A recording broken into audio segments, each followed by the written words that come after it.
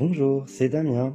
Après la loi d'attraction, nous poursuivons notre voyage intérieur avec un nouveau thème, celui de la réincarnation. Je rappelle que j'ai fait une lecture du livre Le chemin spirituel, un livre que j'ai écrit. Pour une meilleure compréhension, je vous invite à écouter le premier audio, L'Ego, qui est le premier chapitre du livre. Je vais commencer la lecture et je vous souhaite une bonne écoute.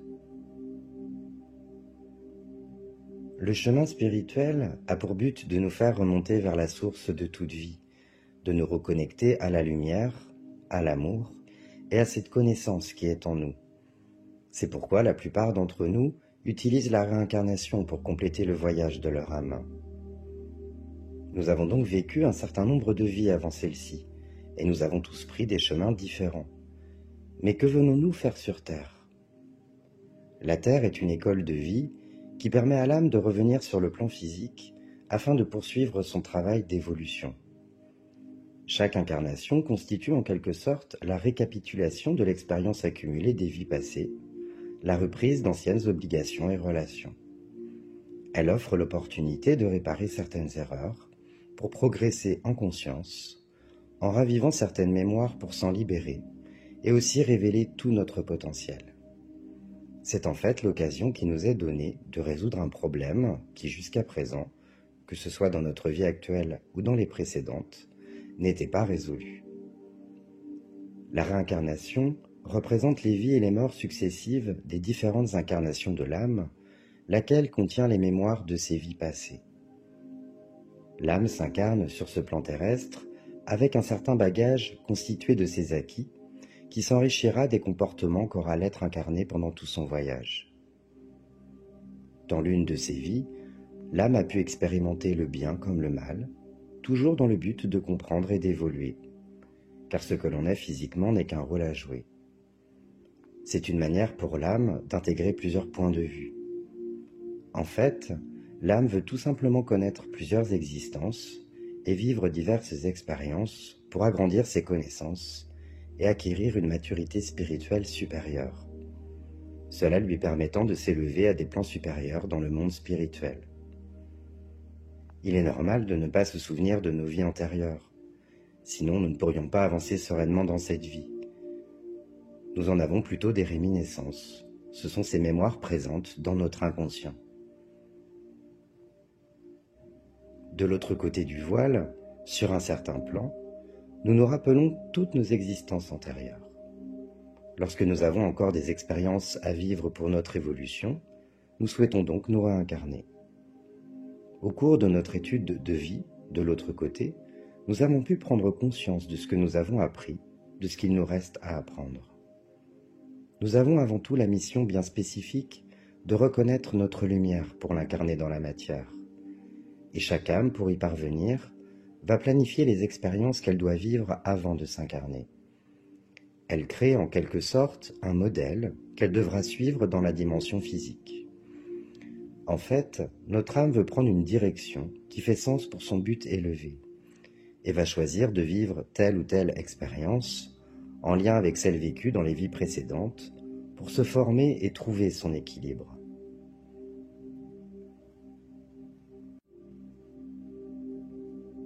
Il y a plusieurs manières différentes d'utiliser la réincarnation, et la manière dont nous le faisons dépend vraiment de ce que recherche notre âme. Chaque âme n'a pas vécu les mêmes expériences. Nous avons tous pris des chemins différents, et nous ne sommes donc pas tous au même stade d'évolution. La vie est un apprentissage, et chacun évolue différemment, à son rythme. C'est pourquoi il est difficile d'en vouloir aux autres et de les juger quand on en est conscient.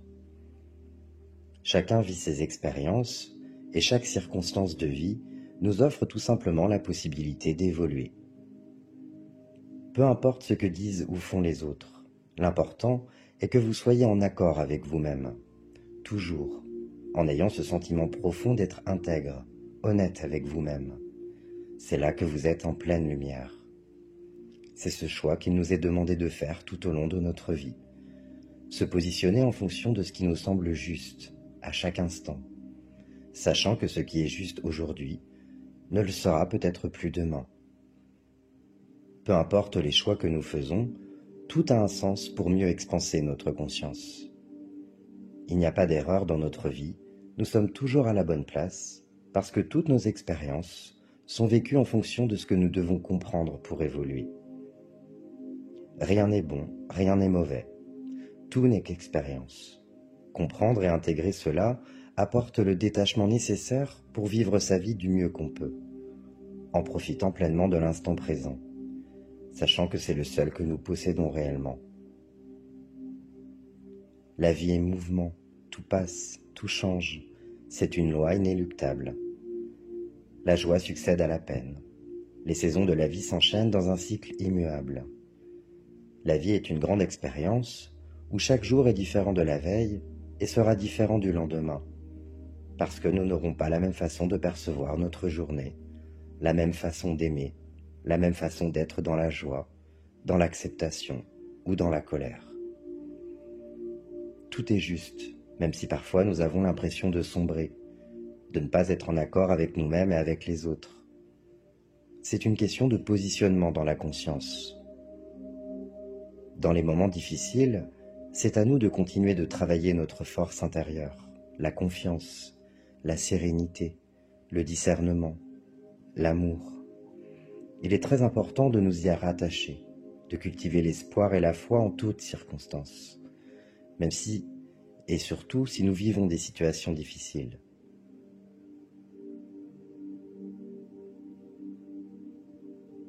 L'amour ne se commande pas, il fait partie de vous. C'est à vous de le chérir par et pour vous-même. Il n'y a personne d'autre que vous. Rien ne vous est dû.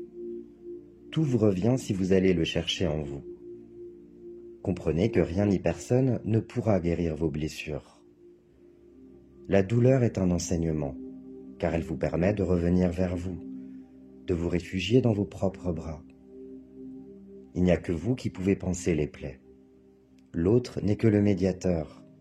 Il les réveille pour vous permettre de vous auto-guérir. Toute expérience vous permet d'apprendre à vous aimer, à pardonner. Reconnaissez que ces situations sont des défis que vous pouvez relever. Apprenez à diriger votre esprit pour accepter l'expérience avec amour, en regardant d'un autre angle de vue. Ne cherchez pas les opportunités dont vous pensez avoir besoin, mais accueillez celles qui vous sont présentées pour mieux vous positionner. Essayez de sortir du mental et de l'émotionnel pour vous relier à votre conscience supérieure. Prenez le temps qu'il vous faut. Recentrez-vous et prenez du recul pour avancer dans une meilleure compréhension. Apprenez à être plus conscient et à reconnaître ces situations telles qu'elles sont. Ce sont des défis que vous pouvez relever en votre âme et conscience. Ne prenez pas certains événements contre vous. Prenez le temps de réaliser que la sagesse et le discernement vous sont enseignés, que tout est fait pour vous permettre d'évoluer et faire grandir votre lumière. Ce qui vous entoure n'est que l'artisan de votre évolution, et seul l'amour auquel vous accéderez en vous-même vous permettra de vous guérir, de vous reconnaître et d'avancer sur un autre chemin, divin.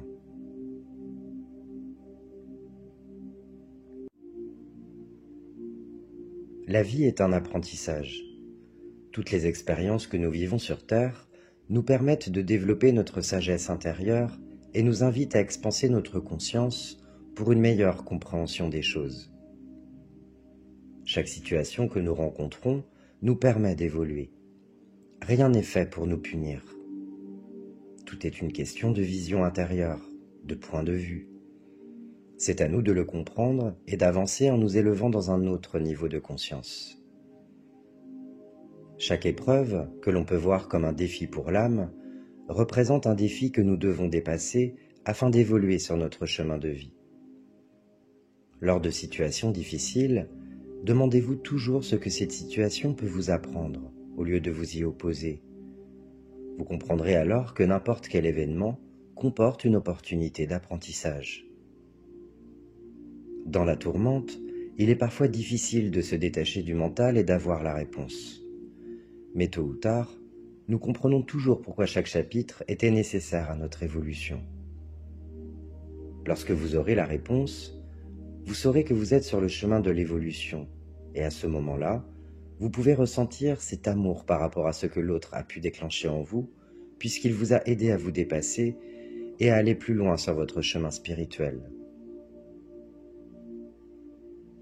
La vie est magique et fait bien son travail, car elle nous provoque toujours pour découvrir qui nous sommes. Pour évoluer et vivre nos expériences, il nous faut donc vivre en interaction avec d'autres âmes incarnées sur Terre. Chaque personne que nous rencontrons a toujours quelque chose à nous apprendre sur nous-mêmes.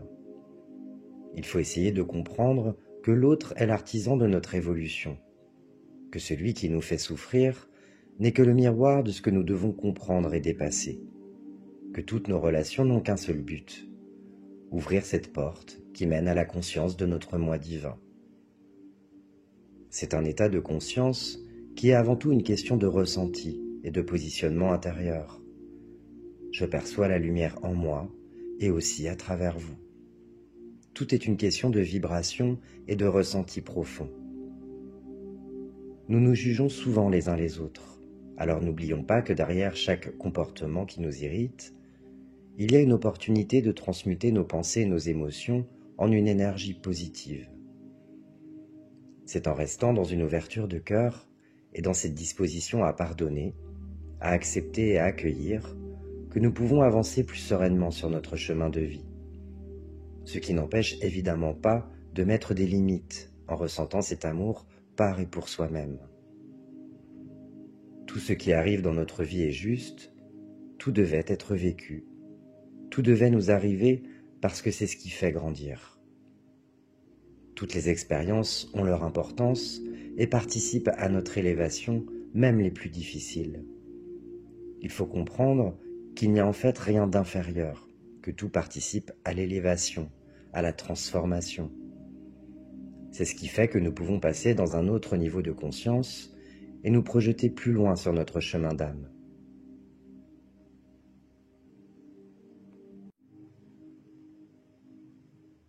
Revenez vers vous profondément. Ressentez cet amour qui vous anime. Cet amour doit grandir en vous. Tout est fait pour vous permettre d'accéder à cette part de vous qui ne demande qu'à briller. Vous êtes libre d'accepter ou non les expériences qui se présentent à vous. Voyez-les comme des défis qui vous permettent de grandir davantage et de vous élever. Rien de ce qui vous est présenté ne peut jouer contre vous, et personne d'autre que vous ne peut agir pour votre bien-être. Pour retrouver votre équilibre, il est parfois nécessaire de mettre les choses à l'envers, afin d'avoir une nouvelle perspective et de voir les choses différemment. C'est à vous de vous positionner, de changer d'angle de vue et de perception pour comprendre ce qui se présente et ainsi continuer d'avancer. Quand vous vous sentez bloqué, prenez de la hauteur. Respirez et videz votre esprit pour y voir plus clair et y trouver la clé de la résolution. Ressentez votre pouvoir créateur et votre force intérieure. Vous êtes beaucoup plus fort, bien plus grand que vous ne le supposez. Reliez-vous à votre essence divine et gardez en mémoire que vous êtes le maître, le créateur de votre vie. Qu'importe où vous vous trouvez, vous avez les clés pour déverrouiller toutes les portes qui vous empêchent d'avancer. Vous êtes sur un chemin d'évolution capable de gravir tous les échelons et de surmonter tous les défis pour mieux revenir vers vous, au plus près de votre étincelle divine. Vous avez toutes les réponses au cœur de vous-même.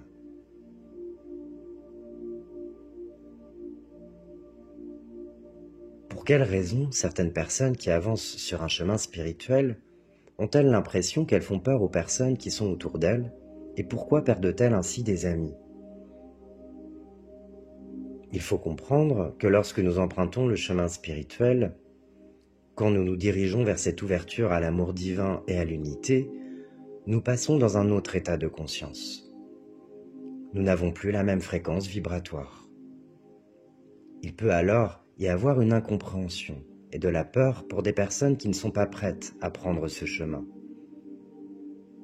Nous désirons avancer et avoir des réponses à toutes ces questions que nous nous posons. Elles peuvent donc fuir ce qu'elles ne comprennent pas et qui peuvent les apeurer. Il faut accepter que ceux qui ont eu une grande amitié pour nous puissent nous tourner le dos. Si nous vibrons amour, elles ne nous oublieront pas et nous leur aurons peut-être permis, à un moment ou à un autre, de se poser la bonne question et d'avancer sur un chemin parallèle à celui que nous suivons. N'oublions pas que c'est aussi grâce à notre entourage que l'on peut se dépasser, en pardonnant et en se reconnaissant en tant qu'être véritable, maître de notre vie. Il faut donc continuer d'avancer sur notre chemin en créant notre réalité à partir du cœur.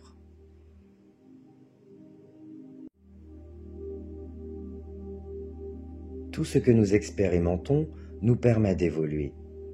Et nous sommes tous accompagnés par des êtres qui nous guident de l'autre côté du voile. Eux ne s'éloigneront jamais. Ils sont toujours à nos côtés. Ils connaissent notre programmation et éclairent notre chemin afin de mieux nous écouter et suivre les aspirations de notre âme. C'est pourquoi il faut suivre sa propre voie et laisser tomber peu à peu notre ignorance pour être réceptif. Il nous appartient juste d'ouvrir les yeux et les oreilles, mais c'est bien dans notre cœur que se trouve la clé. Nos guides nous aident surtout à prendre conscience pour vivre au mieux nos expériences, à sortir de nos schémas limitants pour nous ouvrir à autre chose. Et c'est à nous de décider d'emprunter la voie qui nous relie à notre conscience supérieure. La plupart sont dirigés par leurs mécanismes inconscients, qui ne leur permettent pas de trouver une certaine liberté. Leurs décisions sont souvent issues de l'ego, de leur peur, de leurs pensées limitantes. Lorsqu'on a fait un travail suffisant, on bascule sur la prise de conscience qu'il n'y a toujours pas réellement de choix, juste une force, un flux d'énergie à suivre, mais que celle-ci nous permet de trouver une plus grande liberté d'être, plus profonde. Nous avons confiance en nous, et avons cette hauteur suffisante pour savoir que, quels que soient les événements de notre vie, ceux-ci nous permettent de mieux nous positionner en conscience. Nous sommes tous dans cette disposition d'écoute et dans cette capacité à suivre le flux, à surfer sur les événements que la vie nous propose en étant conscients de ce qui se joue pour mieux nous positionner et reprendre notre pouvoir. Nous sommes courageux, car nous sommes avant tout des êtres spirituels venant faire l'expérience de la matière. Notre présence dans un corps physique parle justement de notre courage et de notre disposition à accepter les ombres à l'intérieur et en dehors de nous, et à les éclairer.